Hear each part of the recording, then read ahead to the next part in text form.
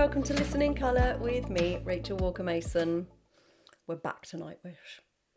Just for you, amazing people.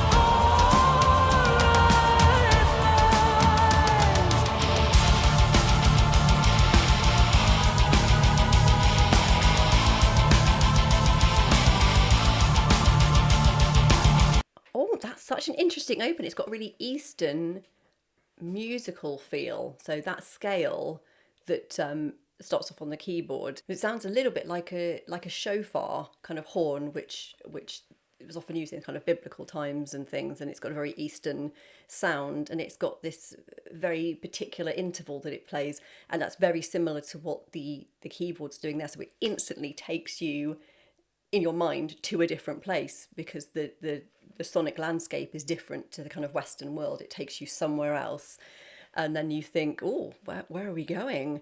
And of course, Nightwish always have a really interesting set of lyrics. So I don't really know what this song's about, but I know you, lovely lot, will tell me, because you always do, and I appreciate that. So I've got the lyrics up here. 10,000 tales for the curious kind, bizarre of heavens for a hive mind.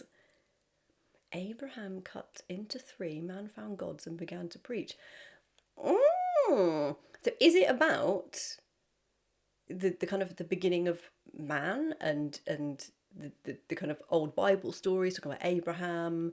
And it's really interesting. 10,000 tales for the curious kind. It's really interesting. I do like the kind of the landscape they've chosen for this. They've taken you straight somewhere else musically. It's like when they use a whole tone scale, it takes you somewhere else, and there's particular scales that sound more like they're from the Middle East, and they're from and it's just really interesting that musically you can go somewhere even if you don't know what the scale is called. It doesn't matter, you just know you've gone there in your head, and they've taken us on a journey before the lyrics even start. And I love that there's group headbanging. It's like, yes, everybody's headbanging. I love a good bit of headbanging. I can't do it anymore. My neck will not withstand that. But there's Floor, and I've learnt her technique that you lot told me, of putting your hands on your thighs, and she's there whipping her hair around. But I love that they're all doing it. They have fantastic hair in this band, don't they? They're ready. They're ready for their headbanging. So yeah, please tell me what this song is about, if there's a particular story they're referencing, because they I assume it's Tuomas who's written the lyrics, and we know he is a brilliant lyricist and often references specific stories, and I really like that. So please tell me if this is a specific story or from a specific time in history. I would love to know. Right, I will go back a little bit so you can't blame me for pausing it then.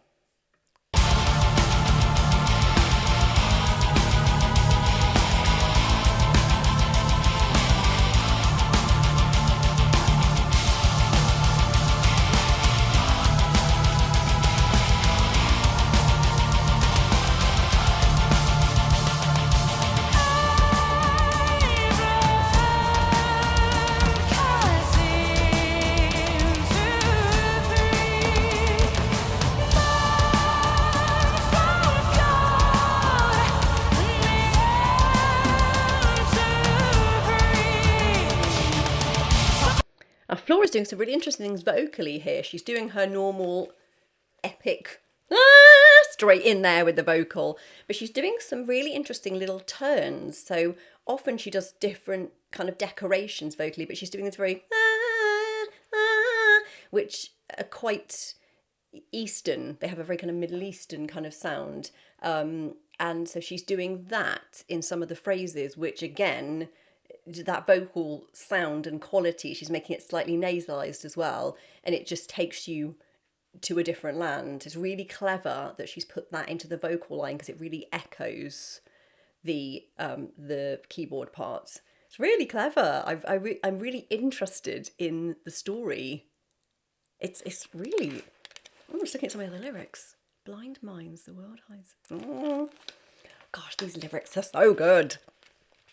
I wonder if someone's done a dissertation on Nightwish or a master's in Nightwish or something. Someone probably has somewhere. Please, if you know, please tell me. I wonder if someone's studied the lyrics of Nightwish as part of their degree or something. I would be fascinated to know, because there's so much to unpack with all their lyrics. They are so interesting. So, yeah, tell me if you know that. Okay, let's go back a little bit here and do some of that lovely vocal stuff.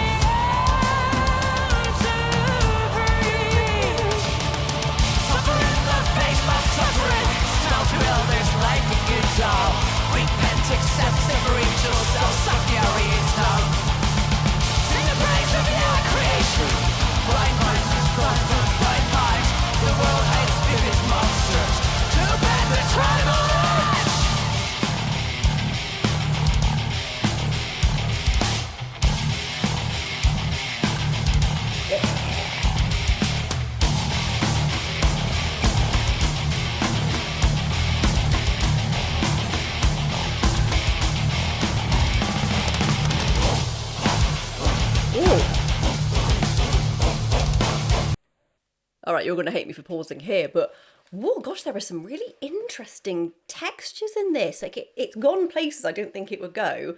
So it goes into this where she sings very low. She's almost speaking at quite a low register. And then is it the guitarist or bassist comes in and just echoes that with speech as well, which is not, I haven't heard that a lot in Nightwish. That's really interesting. And then it goes into this section that's this really like tribal marching, quite aggressive. Reminds me a bit of Lord of the Rings when they're kind of making the orc-army and they all come marching out. It's like that. It's got a really hard, aggressive edge. It's really interesting.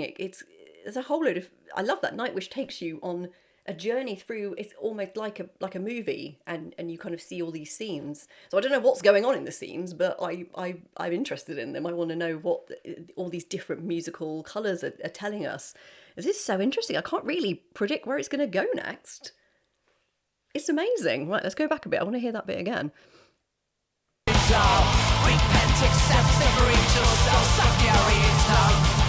Lyrics back,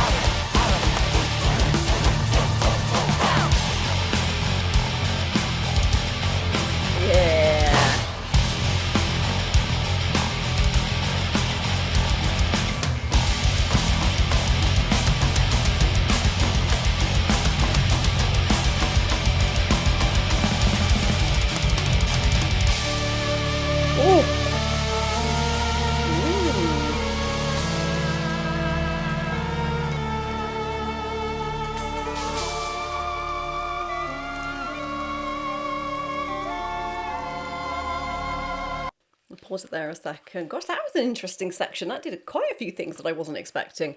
And also, is Floor pregnant in this video? How is she performing this with so much vocal presence? For her to be out there performing so fantastically with that same vocal attack and the headbanging and doing all the stuff that she always does while pregnant, it's just fantastic. And that is such it's such an important thing for women in the music industry to see, because we're quite often told. I was watching this documentary the other day on pop bands, girl bands of the last sort of 10-20 years, and so many of them were told that it was terrible to have a baby, and there was various members of All Saints. Some had babies, some chose not to have their baby, because of being pressured by management. And it's really sad that they had to give up that right to carry their child because it would be bad for the band.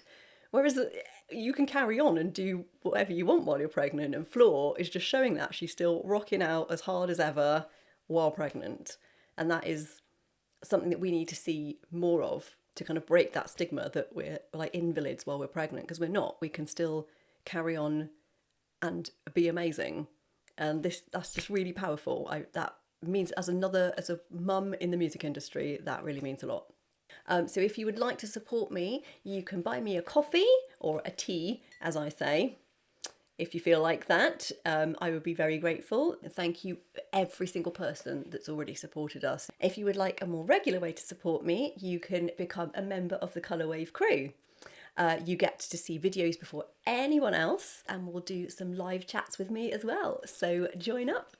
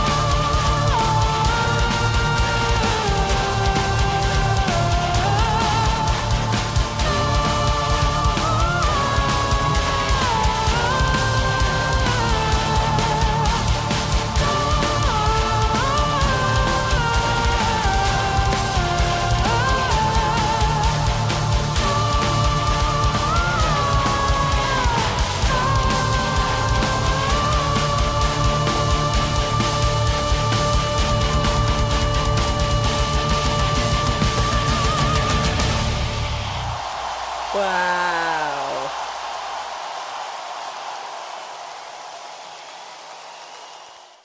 Oh, that was amazing. Wow, that went on quite a journey. That was so interesting.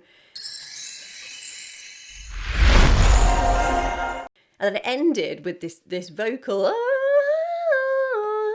section with no lyrics, just this beautiful, powerful vocal. That was really cool. Very different to their other things. So if you know the story behind the lyrics, then please tell me, because I'm so interested. Colour-wise in this one, I see a lot of red. Like I often see this kind of bold red kind of thing with Nightwish, because there's so much presence and so much solid noise in that rock sound.